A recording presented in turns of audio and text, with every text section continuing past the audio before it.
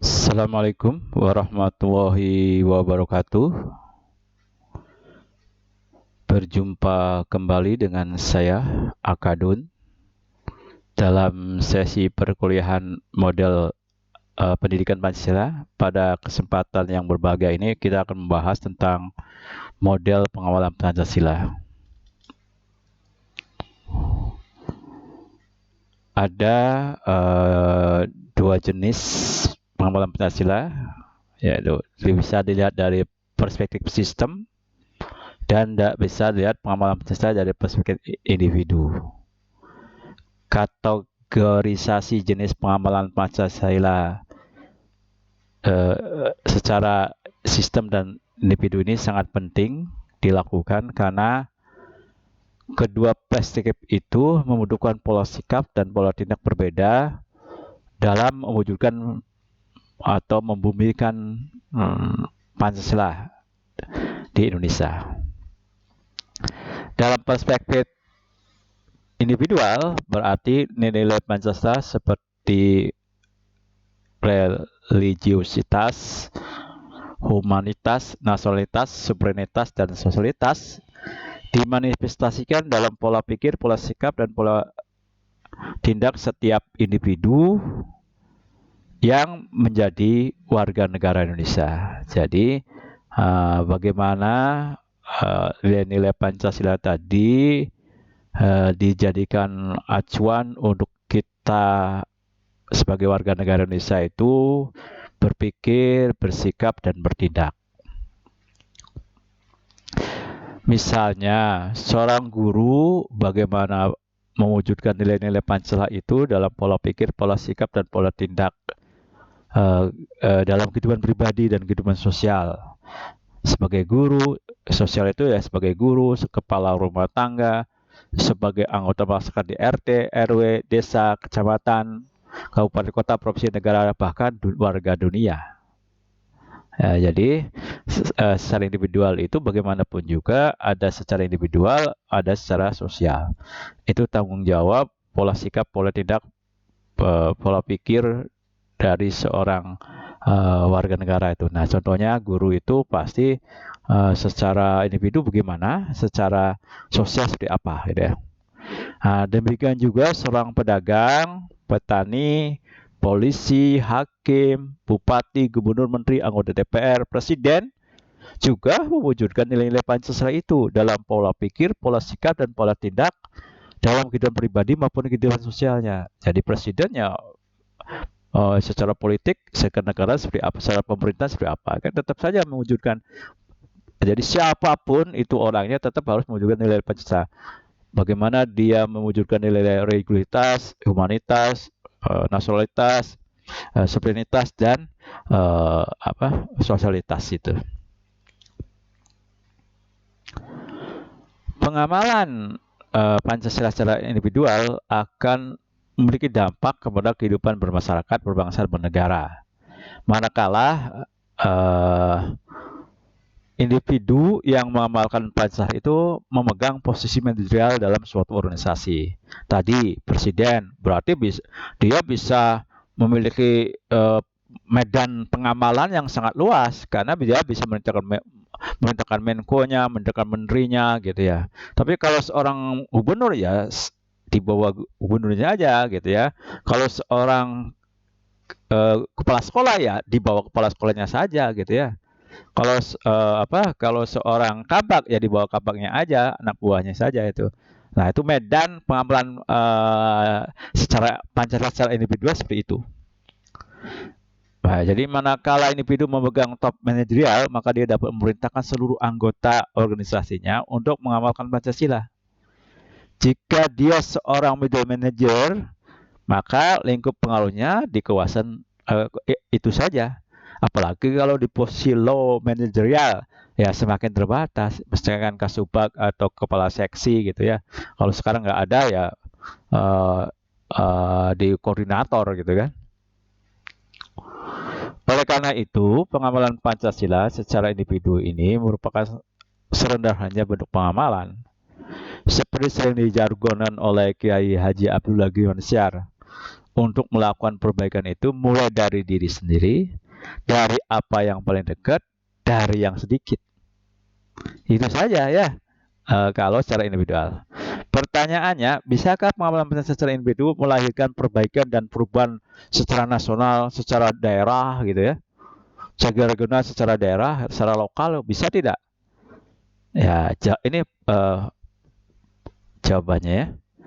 Dalam teori manajemen sumber daya manusia, seorang dapat mengusulkan perubahan di organisasinya dengan mengusulkan ke atasannya di waktu yang tepat. Kalau sikon, situasi dan kondisi tidak tepat, atasan tidak menerima sarannya. Lumayan kalau tidak disemprot karena menjadi orang yang sok tahu, langsung diusir atau ditinggal begitu saja oleh pemimpin tadi. Saat yang tepat, mengusulkan suatu ide atau gagasan perubahan pada saat sang pemimpin sedang membutuhkan bantuan kita. Ketika itu, kita selipkan ide-ide perubahan.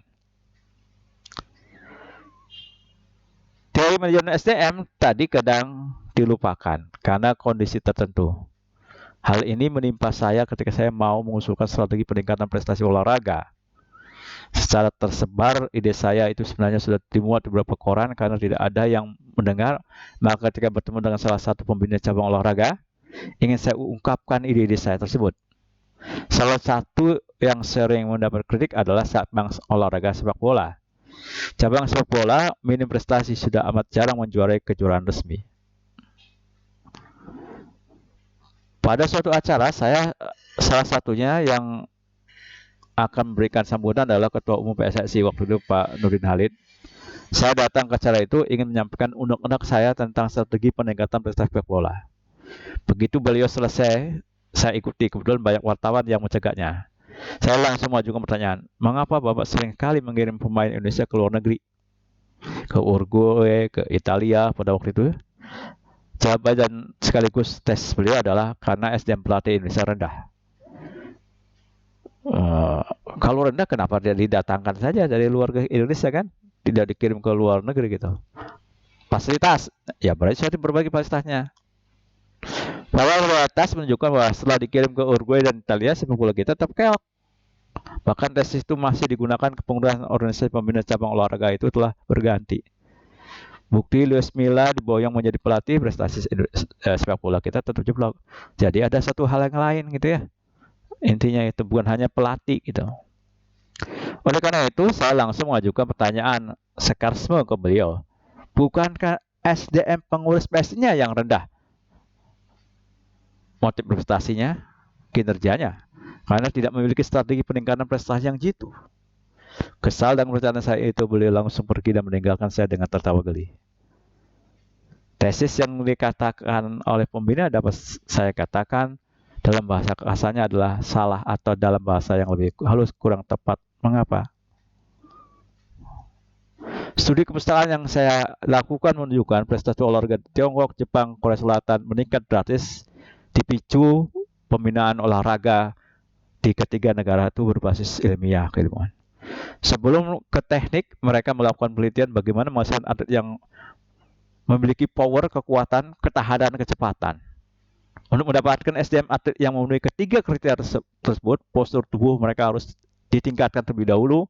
Tidak hanya atlet, seluruh warga negara menjadi sasaran program sehingga hasilnya rata-rata postur tubuh atlet dari ketiga negara itu memiliki postur tubuh yang ideal. Tidak baik-baik lagi, tidak pendek-pendek lagi. Bagaimana cara agar warga negara memiliki postur ideal? Strategi ketiga negara tersebut meningkatkan asupan makanan yang bergizi. Mereka berupaya meningkatkan konsumsi daging dan ikan per kapitanya. Oleh karena itu, Indonesia pun harus melakukan strategi seperti itu kalau mau meningkatkan prestasi olahraga khususnya sepak bola. Kalau masih ingat ya, kalau saya ingat terjadi bagaimana peristiwa antara Adik Firmansyah dengan berebut bola dengan David Beckham yang akhirnya Adik terpental. Sulit membayangkan kita menjadi juara dunia kecuali untuk kategori di bawah umur 19 tahun karena postur tubuhnya masih bisa bersaing. Pengalaman saya kedua ketika saya akan menanyakan strategi pengamalan Pancasila kepada Kepala BP lama yaitu Bapak Yudi Latif. Dalam suatu acara setelah beliau selesai menjadi pembicara, saya langsung mengejarnya. Pak, apa strategi BP agar Pancasila diamalkan oleh bangsa Indonesia? jawaban beliau sudah lengkap dan sudah dipikirkan sambil berburu. Walau saya mengatakan punya strategi untuk pengamalan Pancasila. Dari pengalaman saya tersebut menjadi contoh betapa sulit melakukan perubahan manakala kita tidak menjadi apa-apa. Entah kuat atau tidak, secara hipotetik Yudi Latif pun gagal mengemban tugas bagaimanapun ide-ide cemerlang beliau tentang Pancasila disosialisasikan, diinternalisasikan dalam pejabat dan anak bangsa lainnya karena beliau mengundurkan diri. Secara hipotetik, program-program berarti usulan-usulan beliau banyak ditolak lembaga lain. Bayangkan, pada posisi kepala saja, susah kalau secara individual kelembagaannya setara atau di bawah organisasi lain. Padahal melalui BIP, kalau sabar mengadvokasinya, maka lama-kelamaan akan diharapkan terjadinya perubahan pola pikir, sikap dan pola tindak dari para pejabat negara untuk mengamalkan Pancasila. Dalam pepatah bahasa Sunda diungkapkan bahwa tika racak ninggang batu lama-lama jadi lebu. BIP sebenarnya dapat melakukan itu secara sistemik. Karena sepengetahuan dan sepengalaman saya, dalam pembuatan peraturan perundang-undangan setiap sektor yang berkaitan akan diusahakan dalam suatu pembahasan peraturan perundangan minimal didengar suaranya ketika ada rapat koordinasi. Misalnya dalam pembahasan rancangan undang-undang cipta kerja atau omnibus law, BP bisa mengadvokasinya bagaimana agar undang-undang tersebut merupakan pengamalan dari Pancasila dalam rapat koordinasi lintas sektoral. Demikian juga seharusnya ada kesabaran dari kementerian atau lembaga non-kementerian untuk mengundang untuk menjadi pembicara wakil dari BPP. Selama ini program-program sosialisasi 4 pilar kehidupan berbangsa dan bernegara atau dengan disosialisasi bukan 4 pilar kehidupan bangsa dan bernegara atau pendidikan Pancasila atau pendidikan keluarga negara yang disasar adalah bagaimana pengamalan Pancasila secara individual. Pengamalan Pancasila secara sistemik atau struktural melalui peraturan perundangan, peraturan perundang-undangan merupakan salah satu langkah strategis untuk memaksa setiap warga negara, pejabat, lembaga sektor publik maupun sektor privat, baik dalam maupun luar negeri, untuk mematuhi peraturan perundang-undangan NKRI. Selayaknya pemerintah Republik Indonesia harus mengatur seluruh sektor dan bidang kehidupan sehingga setiap pola pikir, pola sikap, pola tindak setiap orang yang berada di Indonesia dipaksa untuk mengamalkan Pancasila. Biasanya sektor pekerjaan umum, permukiman, perikanan, kelautan, peternakan, pertanian, keturunan, perdagangan, perindustrian, kesehatan, pendidikan, ketenagakerjaan dan yang lain harus dibuat undang-undang dan peraturan pelaksananya. Manakala setiap sektor dan bidang kehidupan sudah diatur dalam peraturan undangan, maka setiap lembaga dan pejabatnya, setiap perusahaan dan pengelolanya, setiap orang asing dan seluruh warga negara Indonesia harus menjalankan peraturan tersebut. Kalau peraturan perundang-undangan tersebut telah dipatuhi oleh orang dan lembaga yang ada di Indonesia, maka berarti Pancasila telah diamalkan. Misalnya, untuk mencerdaskan kehidupan bangsa, maka diatur dalam pasal 31 Undang-Undang Dasar 45. Berdasarkan pasal 31 ini dijabarkan menjadi Undang-Undang Pendidikan. Undang-Undang Sistem Pendidikan, Undang-Undang Nomor 20 Tahun 2012 tentang Sistem Pendidikan Nasional, dan Undang-Undang Nomor 12 Tahun 2012 tentang Pendidikan Tinggi. Lalu dijabarkan menjadi peraturan pemerintah, peraturan presiden, peraturan menteri, atau peraturan kepala lembaga atau badan, peraturan dirjen, peraturan daerah.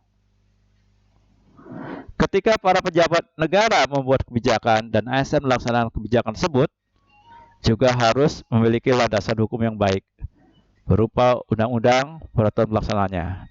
Implikasinya, setiap program-program pemerintah dapat merupakan pengamalan Pancasila. Misalnya, pembangunan sekolah, program stipendie guru, program pemberian beasiswa, program peningkatan prestasi guru dan dosen juga merupakan pengamalan Pancasila. Ketika guru atau dosen berprestasi atau murid berprestasi merupakan pengamalan Pancasila. Ya, itu saya kira yang bisa saya sampaikan. Terima kasih. Assalamualaikum warahmatullahi wabarakatuh.